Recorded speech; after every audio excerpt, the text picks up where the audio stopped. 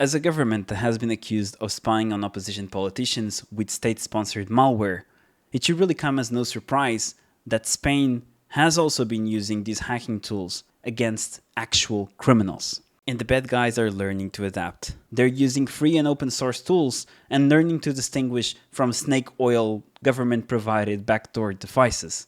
So join me for the story on how arguably in the most legitimate of circumstances, state-backed hacking is still undermining the very foundations that protect the vulnerable from a criminal government. But to get there, we first must go back to the beginning of criminal investigations, before any of this remote surveillance tech ever existed. Back then, to get the biggest fish inside of these organizations, it was necessary to have either informants or undercover police, both things that took years and years to develop. But in the end, it would be worth it because the police would be able to really catch the people who ran the show there. But the ability to remotely listen in on conversations by using the very devices that people have was a game changer for the police. Perhaps the most well-known examples of these tools are the wiretaps and the bulk metadata collection from the phone networks. Basically, the police would be able to remotely listen in on conversations on the phone and get the rough location data from anyone that they targeted. In these circumstances, why would the police even waste time trying to get people inside of these organizations to talk or getting agents to infiltrate them? They had access to the communications that people were using to build these organizations.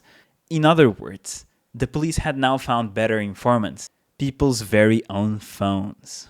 And it wasn't just the criminals' phones that could be listened to or geolocated. We're talking about everyone's communications, often without any legal authorization.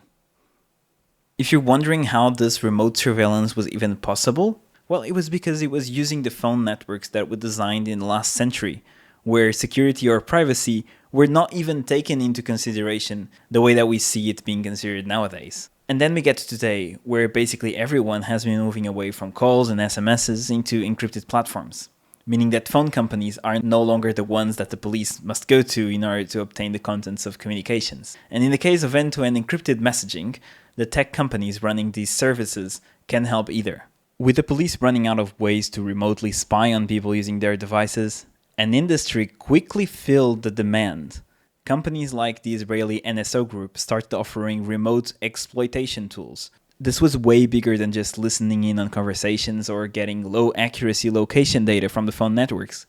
It was everything inside a phone. The phone book, the camera, the pictures, the app's data, the exact GPS location. It was literally the ultimate informant. But unlike old telecommunications infrastructure, modern smartphones are in fact built with security in mind. So the majority of the flaws are not actually in the design of the system, but rather in the software, in the implementation of these systems. Little cracks in the tools that everyone basically uses. Android, iOS, WhatsApp, Signal. Everything that people rely on probably has security flaws. But they are not trivial to find, and only the most skilled individuals can actually come across them and be able to understand that they're security vulnerabilities that can be then exploited. And then this person has two choices. They either report it to the company that had the flaw in it and maybe get some financial compensation through a bug bounty program. But in the second route, it's a little bit more dodgy because the person is essentially selling it to the highest bidder. Potentially a company that then sells it to another company that eventually makes it to law enforcement hacking tools. And that is if it's not sold directly to criminals or criminal governments. We'll see later how this is like way more evil than it appears to be. But even in the case where it is totally legitimate, just the very fact that these exploits are being essentially stocked and never really shared with the original companies that had the flaws in the software, it's really creating perverse incentives. Because suddenly getting something fixed is not the maximum priority. Because if this vulnerability is not fixed, someone else might find it. But also, by having these stockpiles, they could all leak. You remember the WannaCry? The ransomware that essentially made hospitals have to fully stop working because nobody could get into the computers? Well, this was an exploit developed by the US government. And it got leaked. And then someone weaponized it and made it into a ransomware that essentially blocked Windows systems all over the world. This has devastating consequences.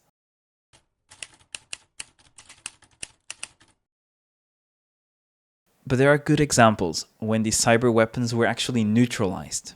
Organizations like Citizen Lab, which focus on protecting civil society from targeted malware attacks, among a series of other initiatives, they actually analyze people's phones. They take the time to try and understand if they were targeted, what kind of malware is being used, and how to actually find the exact vulnerability that the malware is exploiting and actually get it fixed. Not only are these organizations doing incredible work by unveiling how these companies are enabling the targeting of civil society with these kinds of malware campaigns, but they're also actually neutralizing the very vulnerabilities that the companies probably spent millions developing or acquiring. But after you read these investigations, you actually realize how grim the whole thing is. In 2018, Citizen Lab reported that the assassination of the Saudi journalist Jamal Khashoggi was a direct consequence of the Saudi regime infecting his phone with Pegasus malware. And then in 2022, it was highlighted by the Catalan Gate scandal that politicians, journalists, and activists from Catalonia had their devices infected with the same kind of malware. And the fact that we're talking about a democratic system using these kinds of tools against its own citizens, I think highlights the fact that this is a canary in the coal mine, yelling at us why democratic states must sanction the acquisition of cyber weapons and their production that basically targets civilian digital infrastructure, also known as the tools that we all rely on. They are simply too powerful and too unaccountable. That canary is already dead, by the way.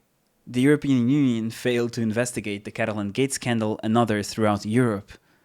Probably some of the governments were complicit and they were, I don't know, not too interested in having this sort of information be known. So if you can't count on democracies to actually investigate and make accountable whoever did this, is there anything that we can do to even stay a little bit protected? Well, a little bit, yes. Totally no. There are some operating systems that give these kinds of malware companies a much harder time exploiting vulnerabilities. What actually motivated me to make this video were a couple of articles on how narco-traffickers have started to learn to use these tools. And I'm not talking about tools that were made specifically for criminals by shady companies. I'm talking about free and open source software, oftentimes funded by donation and dedicated individuals, in order to protect civil society from malware attacks and other kinds of assaults on privacy. Of course, the developers and organizations behind these tools highly condemn the use of their software for these criminal purposes. But the damage is associating privacy tools as only something for criminals. When we see articles on graffiti vandalism, it would be unthinkable to blame the art supply stores for simply selling paint. So why paint privacy and security projects as tools for criminals, missing the whole picture about how all politicians, journalists, and activists who could have been protected from these cyber attacks by criminal governments? So we're in this dilemma. On the one hand, the police make it seem like hacking tools like these are really necessary to fight criminals. But criminals are adapting on the other hand. So how can we have the police continue to fight criminal networks without spending millions upon millions of taxpayers' money on tools that clearly put the most vulnerable at risk? To end this arms race, the police must shy away from remote surveillance tech and go back to techniques that don't depend on technology, the ones that never really stopped working. That is relying on human flaws and virtues. There's even a police quote in the original article that motivated the making of the story that says, "Human sources are once again gaining importance. That is, informants and infiltrators. This network of human sources has recently become stronger than ever. We have to do a lot of street work."